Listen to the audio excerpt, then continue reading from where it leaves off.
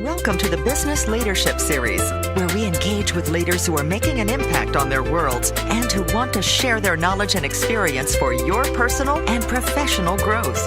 The following interview is designed to inspire you to become the best leader you can be. Your host, Derek Champagne, is the founder and CEO of The Artist Evolution, a full-service agency building successful brands, marketing tools, and campaigns, and also the author of the best-selling book, Don't Buy a Duck. And now, let's begin today's Leadership Series interview. Welcome to the Business Leadership Series, where our goal is to inspire you to become the best leader that you can be. I've got a great guest today, Bobby Albert. He is the president of Value Driven Leadership, and he has a passion for helping other leaders build inspiring workplace cultures through value-driven leadership. Bobby, welcome to the program today. Well, thank you very much. I'm very excited about being on this and look forward to our discussion today. Well, I've been reading several of the topics that you consult on, and each one is more intriguing than the next for me. So why don't you start at the beginning for us about values-driven culture? What does that mean to you? Well, culture is, it's really about people. No matter if you're talking about the culture of our country or the culture in an organization, it's really about people. And what I've discovered is that, because I often get asked, well, what does culture look like? And that's a pretty hard question to answer. And the best way I can describe it is it's kind of like the wind. And I mean, has anybody ever seen the wind? No. But when I'm sitting in my office looking outside my window, I see the leaves, the wind's blowing. I know it's blowing because I see the leaves moving in the trees and the bushes, shaking and things of that nature. But what we see is the effect of the wind, but we don't see the wind. And culture is a lot like that. And that's the reason why culture is so hard to define, because it is like the wind. That's fascinating. So tell me, what does it mean then for values-driven leadership? What does that look like? What does a leader do with that? Well, I've used an illustration before. It's kind of like a tree, and culture and the leadership aspect of it. In other words, if you think of like a farmer, for example, when they plant a tree, they water it, they cultivate it, they prune it, and what happens is the fruit of the tree is the effect of that is from all of the hard labor of the farmer in doing all of the right things with that tree. And that's the reason why I say that culture is the fruit and not the goal. Because a lot of, especially today, culture and engaging employees is a very popular thing. And let's take like in Silicon Valley, where there's a lot of people that are competing for employees and trying to retain employees, very qualified people. Right. There's what I've been observing is there's this thought they end up making culture a goal, and rather than it being the fruit of doing a lot of the right things. And what I mean by that, there's this thought like, well, if we'll just bring in the break room a ping pong table and provide all the food and the beverage that people want to drink, and eat free and all those kind of things. But what's happened, they end up making it a goal, and they can't figure out why their people are not more excited about working there or more productive in their work. But if you go back to the tree, if you think of the roots are kind of really like the core values, the purpose. Core values, of course, being who you are, the purpose being why you exist, the vision, where you're going. And the trunk and the branches of a tree are really the leadership style. And what I've what I have experienced and observed is the best leadership style is a participative leadership style that I call engage to lead. And there's a particular tool that we have used in our company. We call it the 1, 2, 3. And what it is that before you, at the beginning of a decision-making process and before you make a decision, you ask yourself 3 questions, and that is, who can help me make a better decision, who is going to have to carry it out, and who's going to be impacted by that. And you get those people involved or someone that represents that group of people involved in the decision-making process. And that's where in my company, it was kind of like the secret sauce. But it took me, I can't say that I was always that way. In the earlier days of our company, I was always, I was this entrepreneur and I was Mr. Idea Man. And this innovator and trying this and trying that and, those kind of things. And so when I got an idea, this is the way I used to do it prior to 1989. When I got an idea, and I think a lot of leaders end up doing these kind of things, particularly entrepreneurs, is that I would come up with all of the questions and do the research and came up with all of the answers. And then I went to the management team and pretty well just said, look what I've done for you. And I had good intentions because I was thinking I was helping them because they had a lot of work on their plate and that they needed to get done on a day-to-day basis. But what was significant in 1989, I had a consultant come in and they did what now they call it a 360 evaluation. That was unheard of back in those days. And it was in preparation to attend a 3-day workshop that he put on. And that's when he introduced to me one of the issues with me that came from the management team, as well as I even had my wife participate. I even had some of my best friends, be involved. And the horrible truth came in that, Bobby, when you get an idea, ask us to help you. We want to help you. and see, prior to then, I never could figure out when I introduced this good idea. It was always Bobby's idea. It wasn't their idea. And I would spend months trying to persuade them that this was something really good we need to do. Right. And it was like pulling teeth to get it implemented and executed. And but it was because they had no ownership in it. Right. And so that's when I discovered this. Of course, I didn't know to call it at that time, but this participative leadership style that I now call engage to lead. Wow, so that was your aha moment, your light bulb.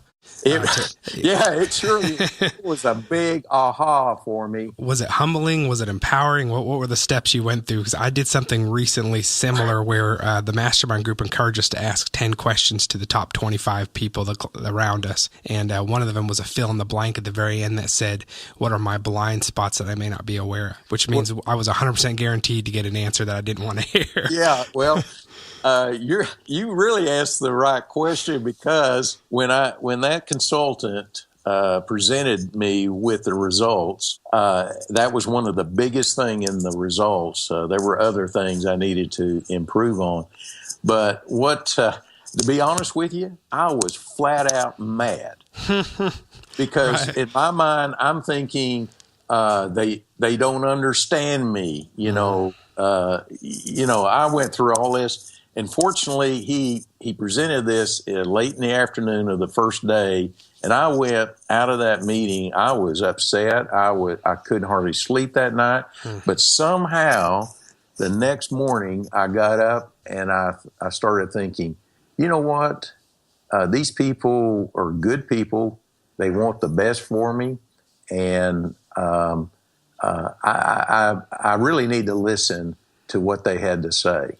And so that's where it was humbling, just like you said. Right. And that's where things really, our company really took another leap in delighting the customer and, of course, profitability. And I want to stay on that for one more second. I've got some other questions for you about it, but I want to encourage our listeners, if you haven't done something like this, I know that Bobby can consult on this and will give us more information as we continue the discussion. But I'll tell you that it's something you'll get angry about. You might be embarrassed and humbled by it, but then it can be something that's really empowering, and it's something I'm going through right now in my own process. And I had to remember, I asked these questions. You brought the person in to help you, so you kind of brought it on yourself because you wanted to grow. You just didn't realize it was going to shine such a flashlight back on you, right, or spotlight back on you. What was it like for your team to see that you not only had engaged in learning those things, but that you were willing to roll up your sleeves and grow with them? That must have brought your team closer together. Well, it definitely did. I brought them together. I had a team meeting of the management team and some other supervisors, and I shared these results with them. I was very transparent about it. It was just kind of my style to be that way anyway. But it, like you said earlier, it was really a blind spot, and you could have probably heard a pin drop. And nobody said anything like, well, Bobby, we tried to tell you, or, it wasn't anything like that. It was like, they felt so good about it. And I shared with them that, I'm going to I need their help, to improve in this area. And, cause I had a habit of being that way. But when at that, prior, all the years, I say all the years prior to that, but for several years, we went from a very small company of only 5 employees when I took over the business for my dad, because he died in 1973. And even though I was involved in the business as going up a little boy, I hung out with my dad all the time and things like that. And I even worked during the business because I went to the university here locally in the town of Wichita Falls, Texas. And I was fortunate to graduate after 3 years at the age of 20. And then my father died.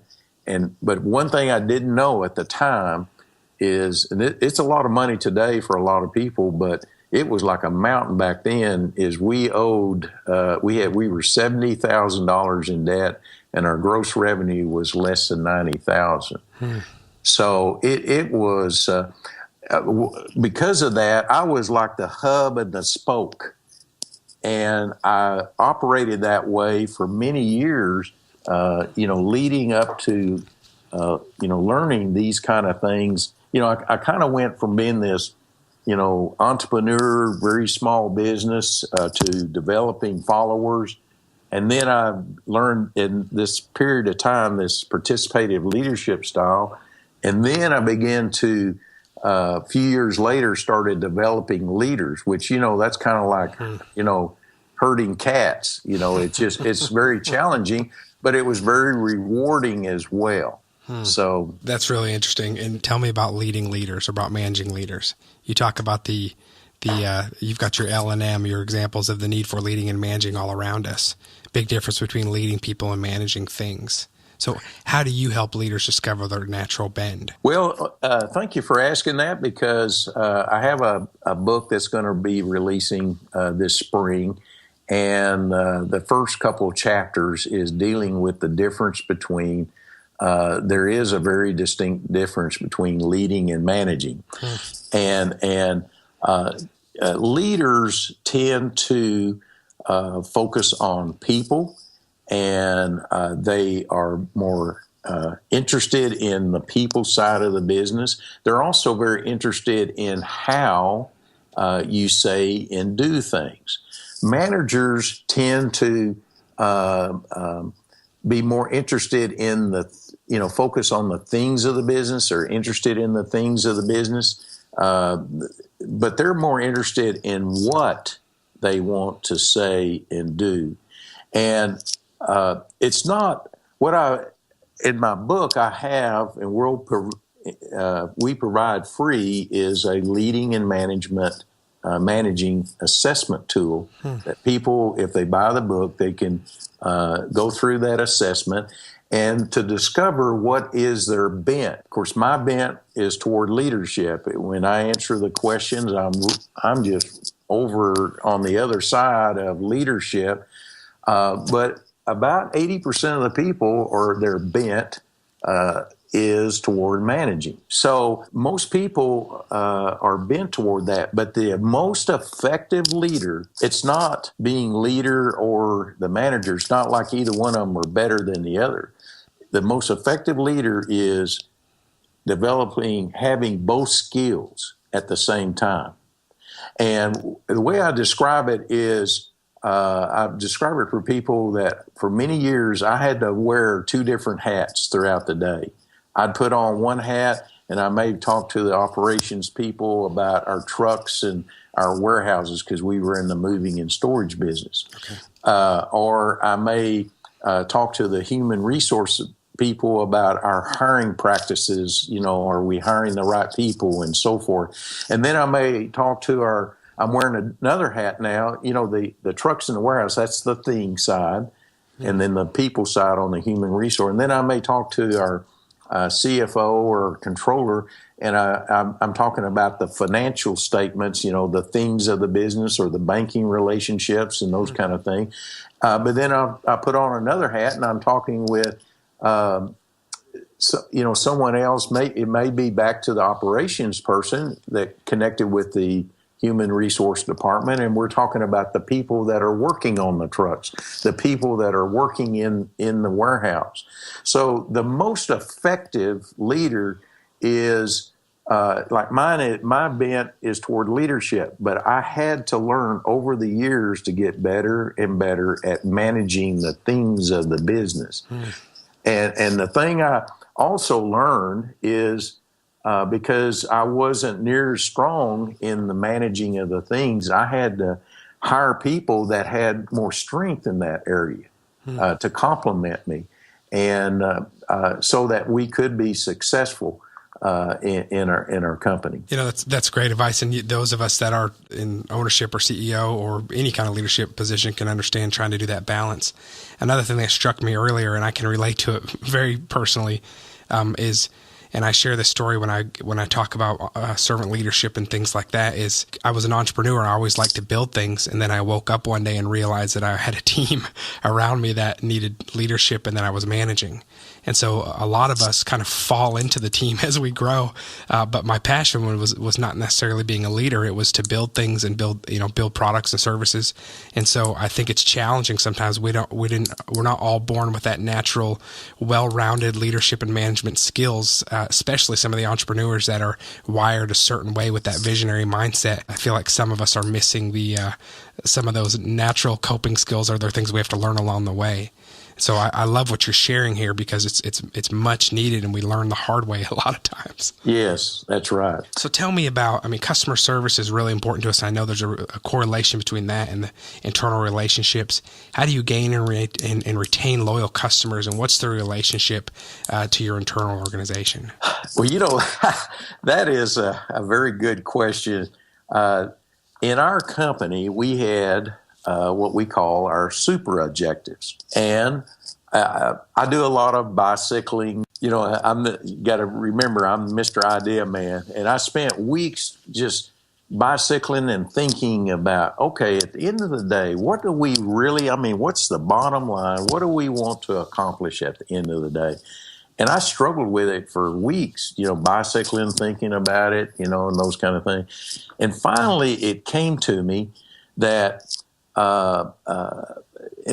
this gets back to your question about customer service, is it boiled down to two things that we want to accomplish at the end of the day, and we communicated this on a regular basis with our employees, is to delight the customer and increase operating profits.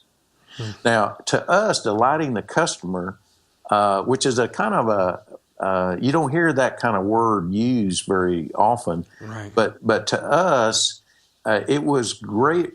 To delight a customer is to we call it a triple E, giving a customer a triple E experience. We had these, and this is kind of one of the things that kind of made our company known as far as our culture, is we had these 8 button icons, and one of them was the triple E. And what it amounted to is giving a customer an experience that exceeds their expectations. So, often the term you typically hear is we want to satisfy our customer. Right. Well, if you satisfy customers, you just met their expectations. But what we were driven internally is that we wanted to exceed their expectations. And of course, the big challenge is selling high enough that they'll buy from you, but low enough that you can exceed those expectations on a regular basis. It's a delicate balance. It really is. But I can't say we were perfect at it, but it was something that we strove toward every day, is to delight customers and to increase operating profits. And those, out of all the things we measured in our company on our performance, our performance goals, is those were the 2 big things that we always measured, and even bonuses were based on how successful we were at delighting the customer and increasing operating profits. I love that. The word delight is not used as often. It's one that we've brought into our business as well, but you're helping me because we're newer to this part of it, and we also want to delight. What are some small wins? Can you give an example of some small wins that you've seen with clients or with your organization that were an example of going above and beyond or exceeding expectations? What does that look like? Well, this sounds kind of simple. But got to remember, I'm from Texas. I'm a simple man with a simple mind here. Simple is good. Yeah. This is just an example. Just take for the lady that took her cleaning, the offices and the property and, and all those kind of things. When customers would come to our place of business, or even suppliers, she was a lot of times outdoors or near the front door, cleaning and things like that. This lady had no responsibility of taking care of customers, but she was one of the first people that would greet anybody that came to her, even, like I mentioned, supplier. Anybody that came to visit our company, and she was always had a big smile, and she always, like if they were, parked their car and they're asking, they're trying, she could tell, okay, they're trying to figure out where do I go, kind of a thing. Right. Well, she would go over there and bring them to the office and introduce them, to someone so that get them to the right person. And she may be like cleaning the glass doors or something, and someone would come in, and she would always politely, welcome to come in and those kind of things. Those are just that's a simple thing to just give you a flavor of delighting the customer. And let me kind of pull in here about the suppliers, because going way back in the 80s, I wanted to treat our suppliers, I wanted to help them and equip them to be the best suppliers they could for us. And the reason why, because I knew if I could help them in providing a service to us to a certain level, that the ultimate customer that's paying us for their services were going to be delighted. So that's how deep in our organization and the philosophy of which and the culture that we were operating under. That's great. And your team saw how authentic it was and believed and bought into it. Well, yes. And the neat thing about that, I make this statement, like what I saw in our people was what's in the HR term or human resource terms is discretionary effort. And what I'm referring to is people consistently gave over and above what was required of them. Now, this sounds real rosy and all that kind of stuff. Did we have people problems? Yes, we did. But we dealt with them in a way that our people knew for sure that Bobby Albert really cared for them. But also, Bobby had high expectations to perform to a level of excellence as well. Right. And that is a balance as well, making sure that when you have your values, that you do follow those. What advice do you have if you have those that are not fitting in with the culture or not following the values? What decisions or what have you seen to either have a transformation or to have a peaceful exit to where they can go somewhere that's a better fit for them? Well, if somebody if they were not a fit, and they're going to know it pretty early on. Now, as a starting point, I introduced our core values in 2006. And prior years, for about 15 years prior to then, we had introduced our purpose and our vision for our company. But those values were always there. It took me 2.5 years of introspectively to ask myself some questions like, what am I all about? What do I stand for? Why did I say and do what I just did? And why was it important for me to say and do what I did? It was a tough period of time that I struggled with. But when I finally figured out what my core values were, to express it and to introduce it to our people, we started using our core values in the interview process to push that across the table and ask, for them if they felt like these values was a fit for them. We weren't scientific at that time to help people, to take them through some testing or deeper interview process to see if they displayed those core values. But we were already, because of who I was already, our HR department already was hiring people based on those core values, even though they'd never been expressed, because they knew this is what Bobby wanted done here. Right. And but one thing that was fascinating in introducing the core values is that when people came in and they got in and they began to see it wasn't a fit, we didn't beat them over the head. We would work with them about trying to get on another bus somewhere else.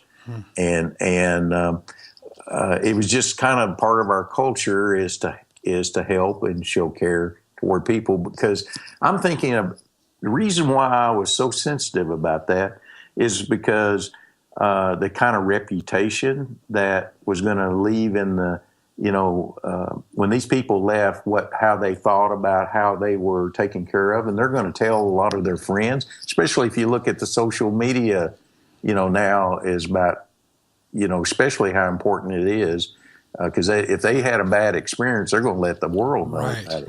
Absolutely. But the other thing I was looking at someday, which this has happened often, I've even fired people, but we took it in a progressive discipline process and, those kind of things. And I had to terminate somebody, and they end up being one of our customers down the road. Wow. That's powerful to the relationship that you had and your commitment to helping them find something that was a better fit. Yes, because they're good people. They were good people. They just didn't fit in our organization. And it's best service to both of you to identify that early on, so that you can both have your purpose and fulfill it to the best that you can. So yes, man, Bobby, we've got a few more minutes here. You've been a lifelong entrepreneur. You've started 12 different companies, acquired 9 others. You've got a really impressive career. From 2005 to 2011, you grew your team, or you grew your revenues and profits by 500%. Tell me about goal setting. I can't imagine that you could have that kind of success without setting some goals and being very effective and strategic along the way. What is your process, and how do you consult others in effective goal setting? Okay, boy, that's a big question. One thing for me personally is it's a process I go through every year, going back to the early '90s. Is I set personal goals from just personal goals, but as far as our company, we had set we would have a couple times a year strategic planning sessions. And we would and then after we would set the strategic plan in place, we would bring other people in. That's kind of the, what we want to accomplish, the direction, and those kind of things. But then this is where the participative leadership style comes in, is in the tactical plans of, who's going to make it happen, when's it going to get done, and, those kind of things like that. So, and then we would set some measurable performance goals from that, and our people would be involved in that as well. And I'm talking about people even on the front line.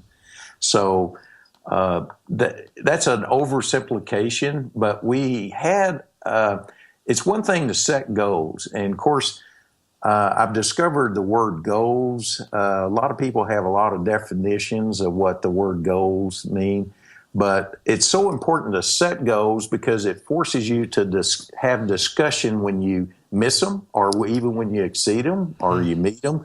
And we didn't beat people up, if they missed them or anything like that, but it does force you to have discussion. I keep thinking about it's a cartoon, a Peanuts cartoon I saw many years ago. I wish I could figure out how to get to it, but I remember Charlie Brown. He was had a bow and arrow, and he was shooting against the fence. And then after he hit the fence, he would go over there and draw the target around where his arrow hit, so it made it look like he hit bullseye target. And a lot of people set goals that way. They wait until after they have seen success or even failure, and then that's their goal. And so. But the key to the goals to me, and I saw in our own company, is once a month we had what we call business reviews. And the old days, I never could figure out how I was struggling with people to follow through and to follow up on things. I would, like, let's say a manager or something, I would have one-on-one meetings, once a month. Or more than that, but at least once a month, talking about, okay, what was the goal and are we making progress? Those are the two questions. So, and I struggle with getting things done. I'm somewhat impatient, if you can't tell, but it is getting things done, executed and implemented, timely and those kind of things.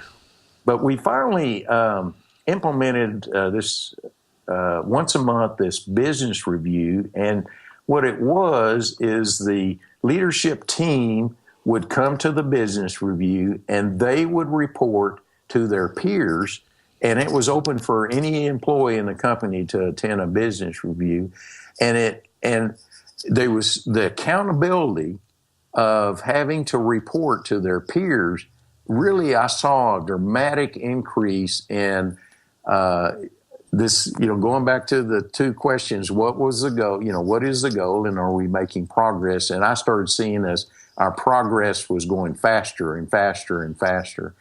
But we didn't actually implement that until 2006, right before in 2005. Okay. So I think along with that, as well as introducing our core values, led to our company having the kind of success you mentioned. In addition, we were recognized as one of the 100 best companies to work for in the state of Texas during that, until I sold the company in 2011 to a public traded company. Wow. So congratulations on that. So you've got a book coming out soon. Is that something you can share with us yet? You've also got 5 proven strategies to achieve your goals on your website. Any final things you want to share with us, and then we'll share your website and some other contact information for those that want to learn more. Yes, if they go to my website right now, I'm writing some blogs on this very topic we're talking about, is this engage to lead, this participative leadership style. And the book, which should be released, we're hoping maybe late March to early April. It's titled Principal Profits, and the subtitle is Outward Success is an Inside Job. Excellent. And so what about any other resources on your site that you want to share? Well, we have some ebooks that are available that's on the website. There's a lot of other tools people can have access to. And, they can simply email me at bobby@bobbyalbert.com, and I'll do the best I can to answer their questions. Bobby, thanks for being our guest. I want to encourage our listeners, do go check out his website. I've been on there and reading through his blogs, and even some of the questions I asked today were because I was able to go through as an owner, as an entrepreneur, as a CEO, and read through and see things that were of interest to me to learn about from this great expert that has all of this experience and has learned the hard way on a few things, and then had his aha moments and has put together this great process and systems and coaching that he does. It's BobbyAlbert.com. That's Bobby, BOBBY, Albert, ALBERT.com. And you can see his ebook, Discover Your Leadership Identity. He's got 5 proven strategies to achieving your goals. And then make sure that you sign up on his site so you can see and keep an eye out when his new book is coming out. Bobby, thank you so much for being our guest. It's an honor to have you here, and I look forward to reading your book soon and to seeing the next great things that you're doing. Okay, well, thank you. I truly have enjoyed this. You take care, Bobby. Thank you. Okay, thank you. You've been listening to the Business Leadership Series, where we engage with leaders who are making an impact on their worlds and who want to share their knowledge and experience for your personal and professional growth. This interview was designed to inspire you to become the best leader you can be.